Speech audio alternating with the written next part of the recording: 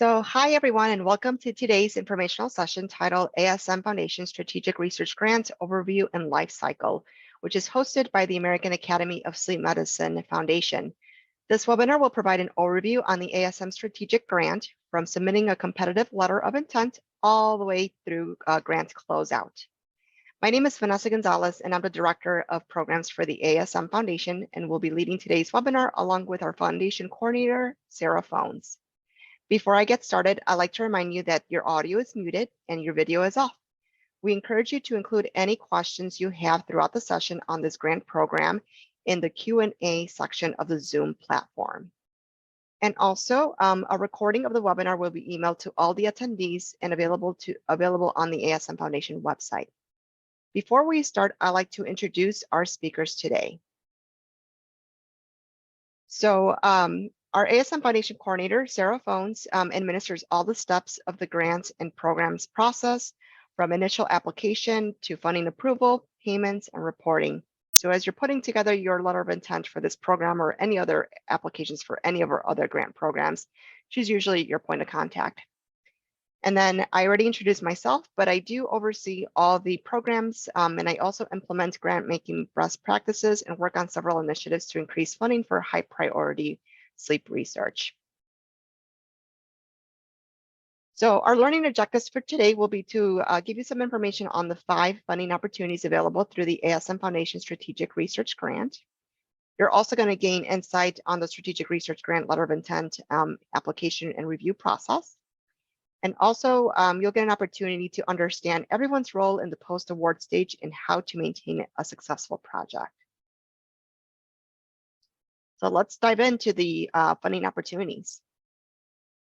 So the Strategic Research Grant is our largest funding program. It supports high impact research projects aimed at addressing knowledge gaps that impact the ability to provide optimal patient-centered, cost-effective diagnosis and care for patients with sleep disorders. The grant does have 3 funding levels. So the first one is Category 1, and that's $250,000 for up to 1 to 3 year projects. Category 2 is for up to $100,000 for 1 to 2 year projects. And then Category 3 is for up to $50,000 for 1 year projects. The Strategic Research Grant is topic specific and only open to topic areas that are listed in the request for applications. In order to apply, you must have a master's degree or higher, and you can be based in either the US or outside of the US. So the ASM Foundation Strategic Research Grant funds several types of focused projects that make a difference in providing optimal patient-centered, cost-effective diagnosis and care for patients, like I mentioned earlier. And this can range anywhere between translational sleep and circadian science projects, clinical research projects, and population-based research. Like I mentioned earlier, topics do change, and they do change every year.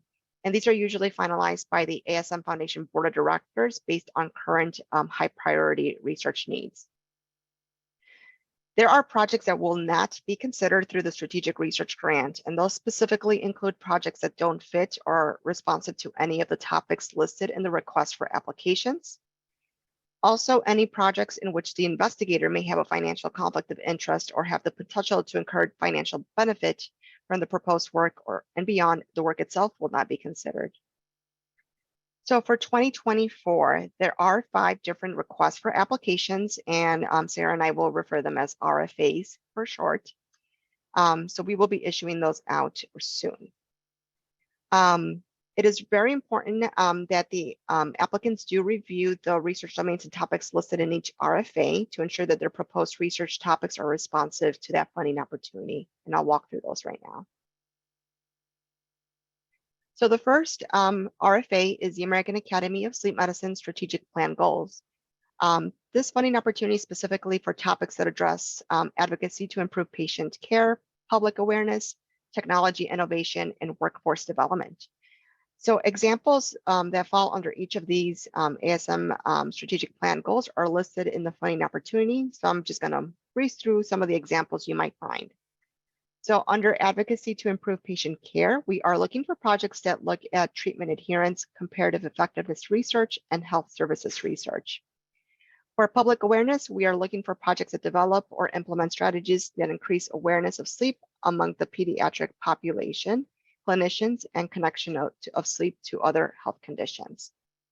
For technology innovation, we are looking for projects that evaluate new and current technology for expanding sleep care and how to leverage consumer wearables for patient care and treatment adherence, and how to harness big data to augment diagnosis, care, and treatment provided by clinicians. Finally, for workforce development, we will like projects that develop new models of team-based care and evaluation work on services provided by sleep physicians and the sleep team. The second funding opportunity is for central disorders of hypersomnolence research, which addresses research gaps in the treatment of hypersomnolence that were identified by the most recent published systematic review titled "Treatment of Central Disorders of Hypersomnolence," an American Academy of Sleep Medicine systematic review, meta-analyses, and grade assessment. This one does, as you can see, has a little bit more topics compared to the other one, but in general, we are looking for projects that investigate the biological processes and pathophysiology of hypersomnolence and the mechanism of action of certain treatments. We're also looking for projects that improve diagnosis in sleep medicine practice and routine clinical practice. Also looking for projects that directly compare different medications used to treat hypersomnolence across the lifespan. Also looking for projects that identify and develop and validate patient-centered outcome measures that can be used to evaluate and monitor important outcomes in people with hypersomnolence. Also looking for projects that provide broader guidance on behavioral and psychological influences on symptom management. And finally, projects to best find, diagnose, and treat people with central disorders of hypersomnolence, particularly those from underrepresented communities.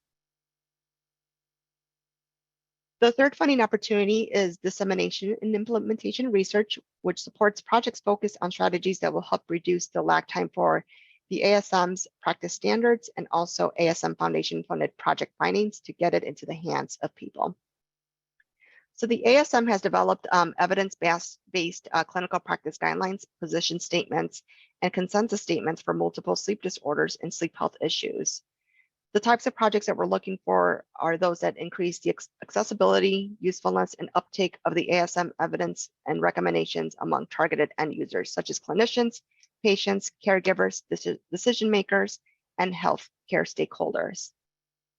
For dissemination and implementation research findings from ASM Foundation research projects, we are looking for projects that move results generating from projects we funded into the real world.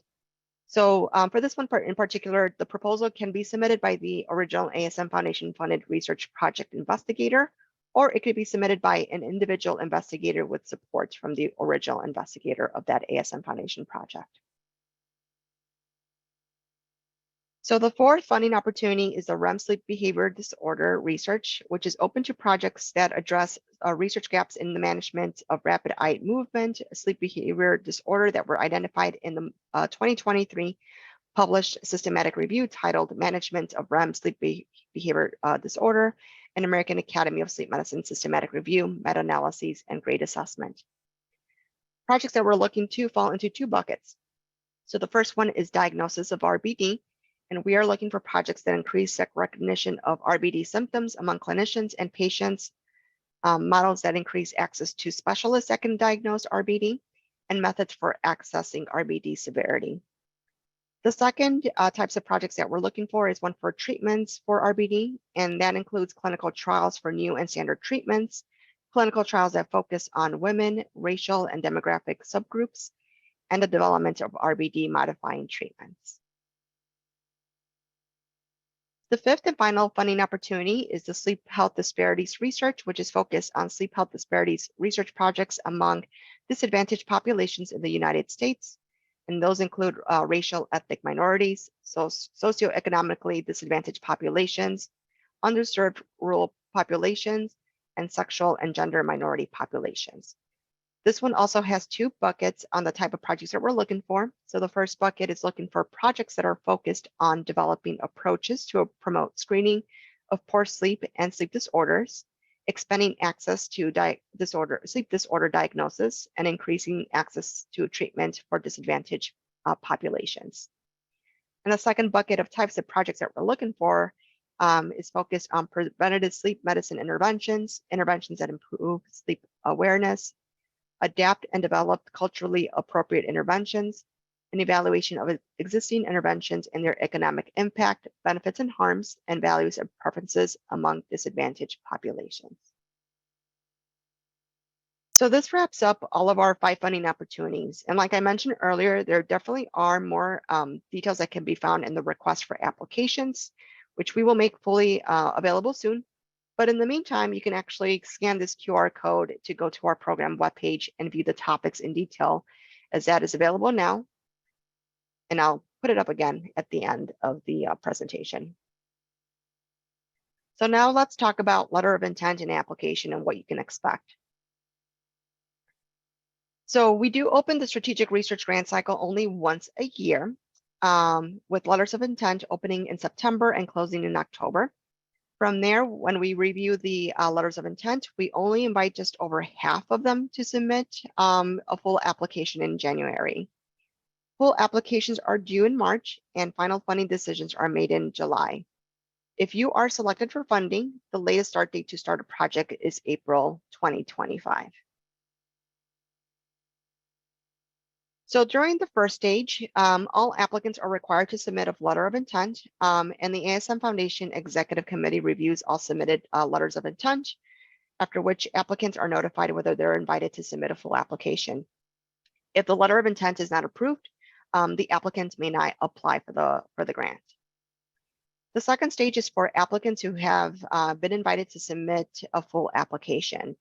So for those invited applicants who submit a full application, a scientific grant review committee, which is appointed by the American Academy of Sleep Medicine Foundation Executive Committee, will evaluate and score all submitted applications. Final funding decisions are then made by either the AASM Foundation Executive Committee or Board of Directors based on the review committee's evaluations and scores. So one thing that we provided for the letter of intent is a guide for all applicants. And that guide is present on the right-hand side.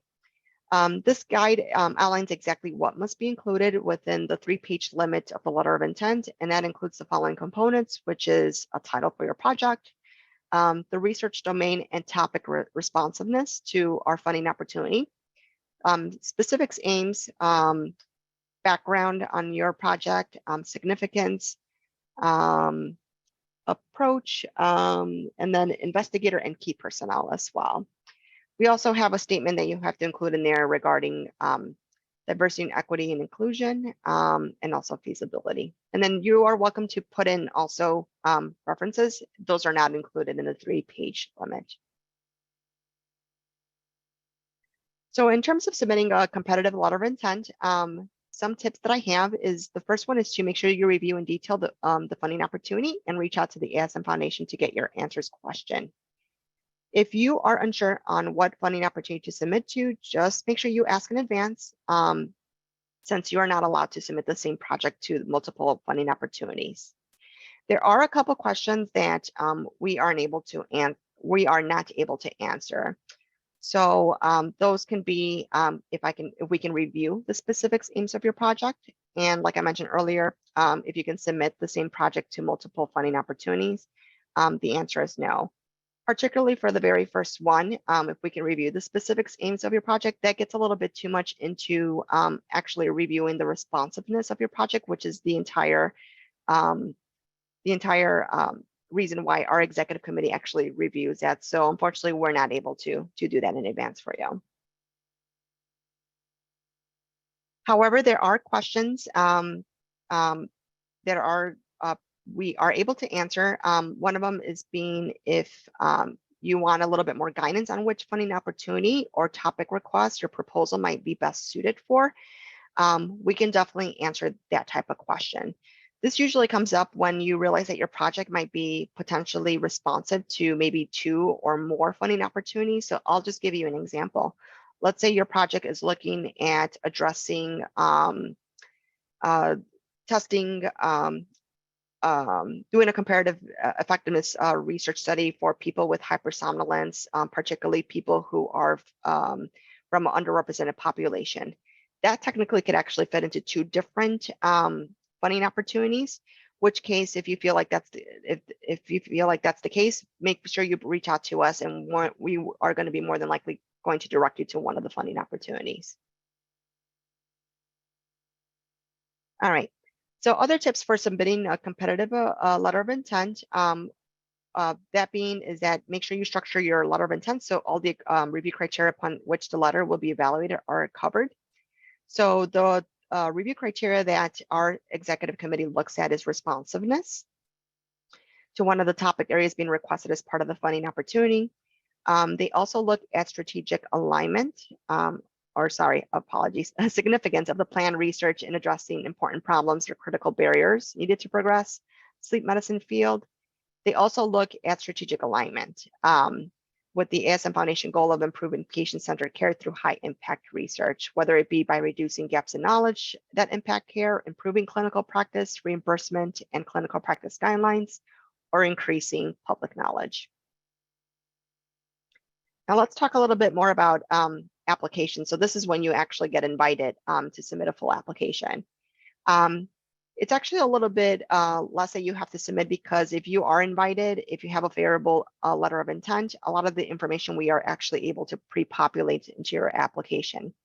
So anything that you submit on the face page, for example, principal investigator, sponsoring organization, and project information, since you submitted that as part of your letter of intent, it'll get pre-populated in your invited application. The only additional thing that we ask here as part of the face page is the sponsoring organization page. The new thing that you will be required to submit is going to be a research plan and goals. So you have to submit an abstract and a research plan.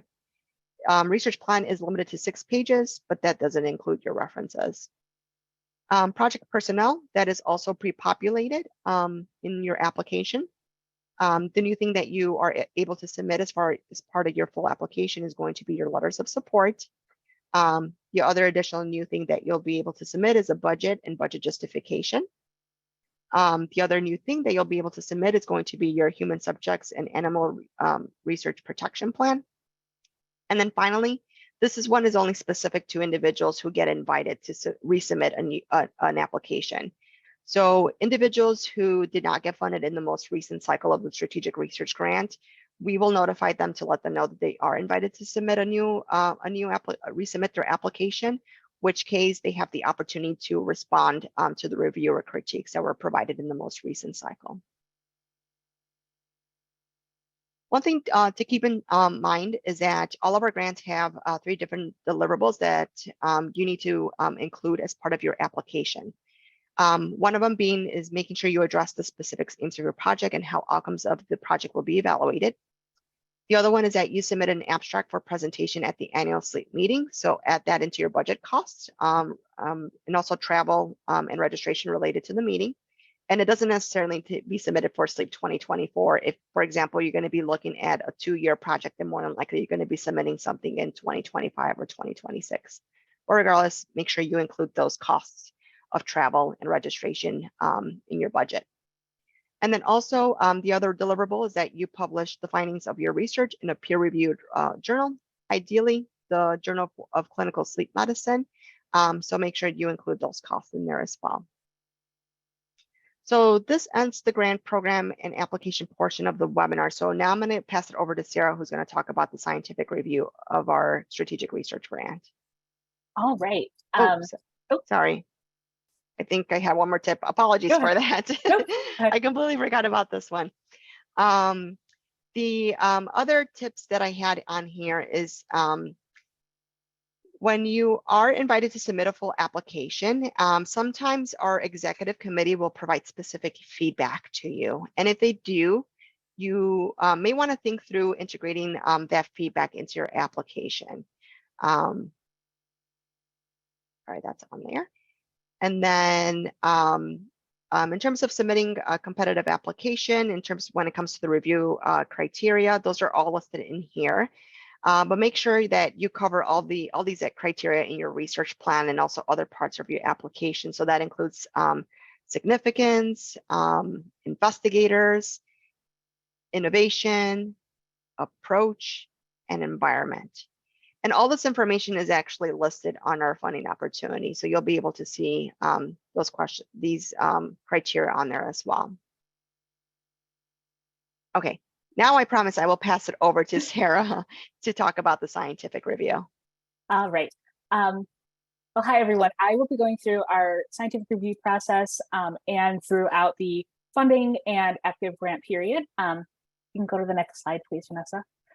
So all of our strategic research grant applications are reviewed by our investigator-initiated grant review committee. We have the mandate for them here on the screen, but very straightforward. They are tasked with evaluating the scientific quality and potential impact of applications that are received for the strategic research grant. And the way they do so is to provide scores, critiques, and summaries that are then used by our executive committee and board of directors to make funding decisions. Next, please. This is the committee roster for the 2023-2024 review committee cycle. So each reviewer has a one-year term and can serve a maximum of 3. While we do have these standing reviewers that are already on our committee, we do invite ad hoc reviewers as needed. So depending on any gaps in expertise or a very high volume of applications or both, we will bring on ad hoc reviewers to fill specific gaps. For example, if we need more people focused on basic research or people focused on women's health, we will invite reviewers accordingly. Next. Before I go through our review procedure, I do want to highlight our commitment to a fair and objective review. This is really, really high priority for us. So confidentiality is a high priority. We always want to make sure that the details of everybody's letters of intent and their applications remain confidential. And we also want to ensure a very fair, objective review process. So we hold all of our reviewers to a conflict of interest policy that they will disclose any conflicts prior to the review process starting, and we can accommodate accordingly to make sure that there is no conscious or even unconscious bias occurring at any stage of the review process. And additionally, there won't be any contact between applicants and reviewers throughout any stage of the review process. So these are things that we keep very front of mind as we go through our review cycle. Next. So if you have submitted a review or submitted an application to the NIH or served in as a reviewer for them in some capacity, this scoring will be very familiar to you. We follow the same anchor points that they use as well. A score of 1 is a very exceptional high impact application, and then all the way down to a score of 9, which would be a low impact non-competitive application. Next.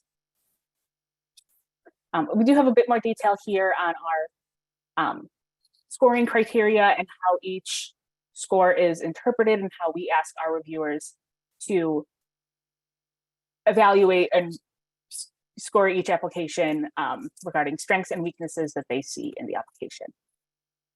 Next. So each application is assigned to 3 reviewers. There will be a primary, secondary, and tertiary reviewer for each application. And reviewers are divided into study sections based on specific RFAs and their expertise. So reviewers that have expertise and experience with central disorders and hypersomnolence will be on that review section. When we do our application assignments, it's important to us that we assign applications to the best possible reviewer who has the appropriate knowledge and experience for that particular topic area or research category. So on your application, you will be asked to provide keywords with your application that will help us to understand more about your project. So these can be things like the research category, such as basic research, clinical research, population studies. These can be special populations like geriatrics, pediatrics, underrepresented populations, or different topic areas such as sleep and cardiovascular health, artificial intelligence. So as you're submitting a full application, make sure you, in those keywords, provide details like that so that we can make sure that your application gets to the best possible reviewer for it. Next, please. So once our reviews are complete, we go through the review process with our committee chair and the full review committee. We establish initial scores and ranges of your application, and then those are used to make triage decisions. So applications that are triaged are not discussed during the review meeting, and the review meeting is focused on applications that are more competitive and have a higher likelihood of being funded. Each application is allotted 15 minutes, and we are strict on that. We do use a timer because it's important that we make sure each application has an equal amount of discussion and consideration. And because conflict of interest, we want to avoid any reviewers that have a conflict are moved into a breakout room on our virtual meeting so that they don't have access to scores or the discussion. Next, please. And this is something Vanessa touched on a couple minutes ago, but these are the review components that will be used when evaluating each application. So all of the applications, regardless of RFA or funding category, are all reviewed on the same criteria. And we do have a couple additional considerations that are not scored. Those are any concerns on the use of human or animal subjects, as well as the budget as far as appropriateness and the justification for the budget. So even though those components do not receive an individual number score, they are still taken into account when funding decisions are being determined. Next, please. All right, so funding and post-awards. So next, please. So once we get into our, once we've, every application's been reviewed and we get to funding notification, every application gets a notification regardless of the outcome. For the strategic research grant this year, you can expect those notifications to go out at the end of July of 2024. And so this whole procedure starts with our investigator-initiated review committee submitting their final scores on each application after the review meeting. The executive committee then reviews all the final scores, summaries written by our chair, and they will submit those final funding recommendations to our board of directors. The board of directors has the final say, and so they will make those final funding decisions. And then once all of that is completed, you'll get, like I said, you get the notification whether you are funded or not, and you'll also receive a summary statement summarizing the discussion during the review meeting if your application was discussed. And you will also receive the reviewer critiques form so you can see their feedback and what they've identified as strengths and weaknesses as well. Next, please. All right, so if you do receive funding, you will, like I said, get a notification letter, and you'll also be provided several items to work on before we can get your first payment sent out and have your project start. So as the applicant, as the grant recipient, your role is to connect with the grant administrator at your institution. This potentially could be somebody different than the person you worked with to submit your application, but they will need to be informed that you've received the funding. And then you'll also need to make sure, if you don't have it already, to obtain IRB or IACUC approval for your project, or if your project is exempt, obtain documentation of that exemption. And then also we have a grant recipient profile form that allows us to highlight your project and what you're planning on working on our website.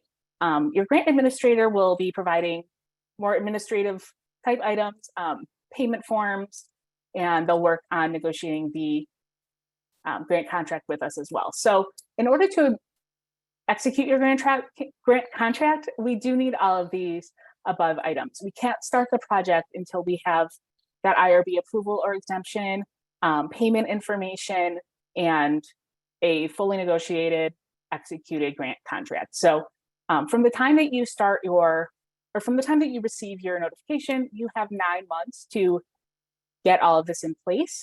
So it's really important that a lot of times it turns around much more quickly, but it's important to, as soon as you receive that notification, get the ball rolling with your grant administration department at your institution and get all those required documents into us. And we can assist along the way if there are any questions, of course. Next slide. So once you started your project, we will ask that you submit progress reports at regular intervals throughout the performance period of the grant. Because we do have multiple funding categories, some projects will be up to 1 year, some may be up to 3. So for any project lasting up to 12 months, we'll have a progress report due at the 6-month mark, and then a final report due 90 days after the end of the project period. Projects lasting 2 years or longer will have progress reports due annually, as well as a final report. We will provide these reporting templates to you, and those are also available for download on our website as well. The report will ask for progress towards your project, an update of expenses, and then copies of any publications or abstracts or any other media that may have resulted directly from your project that is being funded. It's important that these are submitted on time.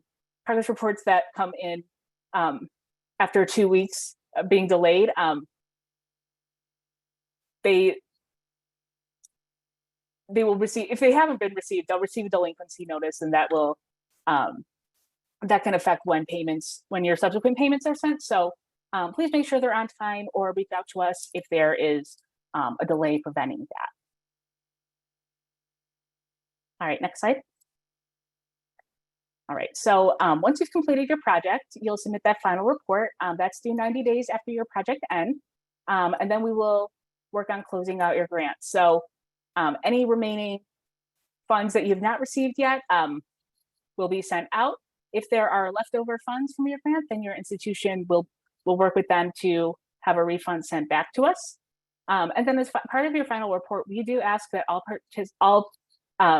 project grant recipients will submit their key outcomes of their grant in like layman's, easily accessible public language, because we'll post this on our website to share your results and your success. We'll also share links to any journal articles that arose. All right, next. All right, the other thing that I want to point out is that obviously your project may run 1, 2, 3 years, and so we will throughout the process, obviously our programs team is always here to provide support, but we do have FAQs available on our website that can assist with getting those links to download your progress report, guidance on how to request a no-cost extension, and the other questions that might arise throughout that life cycle of your program. All right, I think that is it for us. We are able to open up the floor to any questions from our attendees right now. Please go ahead and put questions in the Q&A, and Vanessa and I can get those started. Thank you, Sarah, for walking us through the entire post-award process. And one of the reasons why we provide this part as part of the presentation of learning about these funding opportunities is because when you are putting your timeline together, you do need to keep these milestones in mind. And usually these are questions that also come up during when people are putting together their application. All right, so I do have a question here. Is there a process for no cost extensions? Sarah, do you want to take this one? Sure. So yes, we do have a process for that. So no cost extensions can be requested at any time throughout the period of performance of your project. And it's important to note that the period of performance is the contractual period. So your final report is due 90 days after the end of your performance period, but if you need a no cost extension, it has to be requested before the end of the actual period of performance. So you can request it at any time, but it's best to request it at the same time as a progress report. So if you are coming up to a 12-month progress report and you realize that you will need more time, you can request it at the same time as that progress report is due, because a progress report is also needed in order to have your no cost extension reviewed. So this way it'll be more efficient for you and your institution to do it all at the same time. And along with the progress report, we do need a request letter signed by you and an authorized representative from your institution, explaining the justification for the no cost extension, a plan for use of funds, and a plan for the project going forward over that additional time period, as well as an updated expense report showing the expenditures to date. And then that will be reviewed by our leadership, and then we'll most likely move forward with a no cost extension. But yes, that is the procedure. It at any point, if that comes up, we will please reach out to the foundation and we can guide you through it. Thank you, Sarah. I have another question for you because I feel like this comes up very often related to budgets. It's two questions.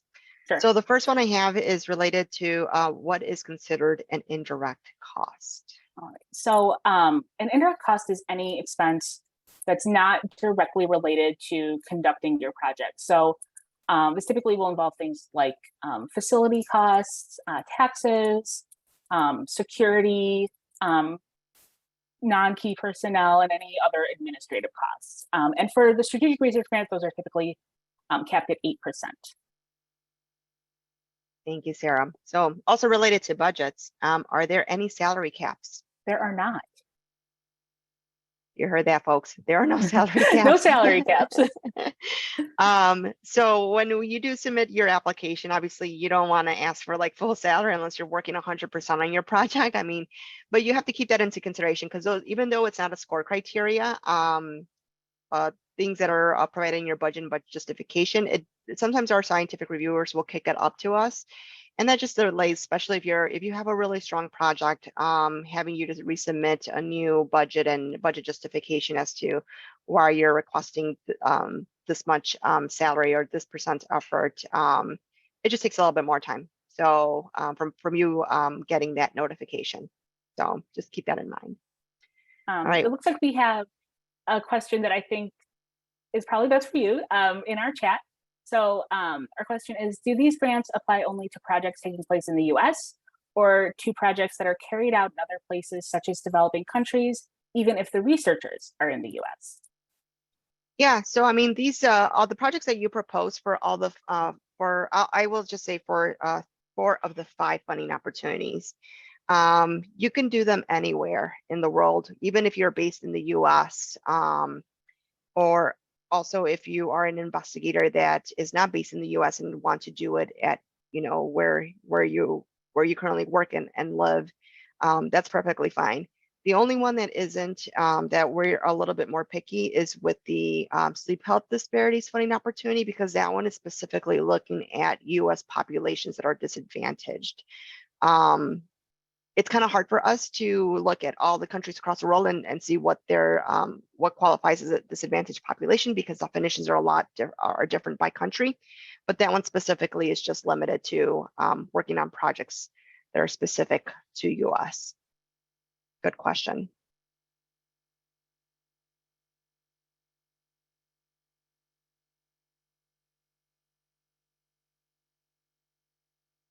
All right. This is another question for you, Vanessa, that comes up every so often. But if a grant recipient moves to a different organization or institution, how can they transfer their grant? Yeah, so this usually happens in 2 situations. Let's say, because funding notifications are sent out in July, and sometimes academic appointments is usually the time where you start either a new academic appointment around that time. So a couple options. If you get funded, make sure you let us know immediately, because your contract is not executed with your current institution. We just need to make sure that your institution is willing to relinquish the award. We want to make sure that obviously the project follows wherever you go, and also there's going to be additional documentation that you'll have to provide. So making sure that you still have access to either a similar environment than what you had at your current institution at your new institution. If there are any changes in personnel, because maybe there may be people at your new institution that you may be adding on as key personnel. And also if there's any budget changes. I mean, if you get funded for a project that's $250,000, that's the most that we can give you. It won't change. But just make sure that you work within the confines of the award that was given to you. But let's say if you got funded and maybe a year into your project, you've gotten this wonderful opportunity to move at another institution, same situation applies. You'll have to work with us. this one's a little bit more lengthy because we have to close out the grant with your current institution. We need to get the money from them. And then after that, during that period, we're also working with your new institution to get a new agreement in place. And then once we get the funds from your own institution, we are basically the middle person. We'll just transfer those awards, grant funds over to your new institution. All right, and it looks like we have another question from our Q&A. So our attendee is asking, you mentioned that an application cannot be submitted to multiple opportunities. Is this only within opportunities in the AASM Strategic Research Grant or also outside the AASM Foundation, for example, the NIH? So this is only related to the AASM Strategic Research Grant or any other AASM Foundation funding opportunity that we have available at that time. Basically, your aims cannot overlap. However, I have seen situations where you are completely okay to submit the same project to other funding agencies. I feel like sometimes that is encouraged in the research community because you don't want to put all your eggs in one basket when it comes to funding. But if you get notified, for example, you submitted both to the Strategic Research Grant and you submitted an R01 to the NIH and both projects overlap, if you get the NIH funding, obviously your institution regardless is going to flag this for you, but you should also let us know like, hey, I got the R01 funding, and either you have the option of withdrawing your application or closing out your grant if you are actively funded. Sometimes there are situations where you may be able to retain your grant, especially if you're able to show us that the specific aims of your new NIH grant don't 100% overlap with your foundation funded grant. Good question.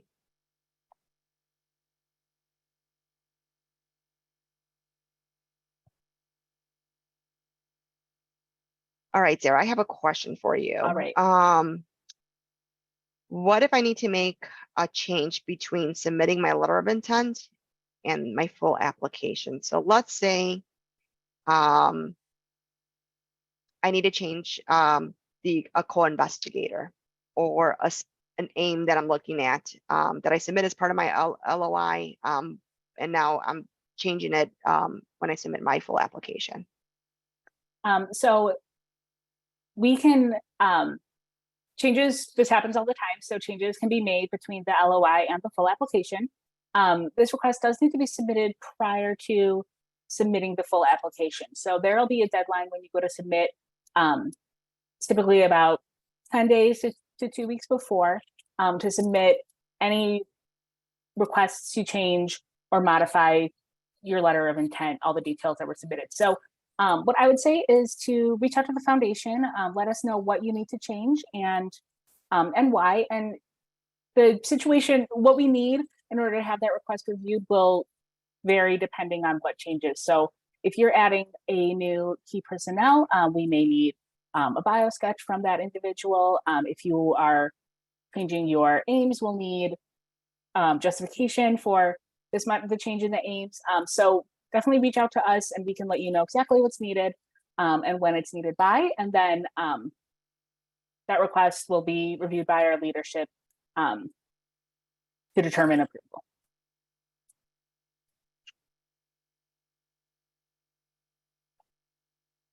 All right. Seeing that there aren't any other questions in the Q&A, I'm going to go ahead and wrap up. So I just want to thank everyone for joining us today. So today's, like I mentioned earlier, today's webinar is recorded and is going to be sent out to all the registrants within the next couple of days. And just some reminders that the letter of intent for the 2024 Strategic Research Grant opens up on September 18th, 2023. And then letters of intent are due in October 26, 2023. So for more information about this grant program and many others, you can go ahead and scan the QR code available on your screen. You can also visit foundation.asm.org. You can sign up for a monthly newsletter by visiting the foundation.asm.org contact us page. And obviously, please don't hesitate to reach out to us with any questions you might have. So our email is there. And I hope that everyone has a great afternoon. Thanks for joining. Thanks, everyone.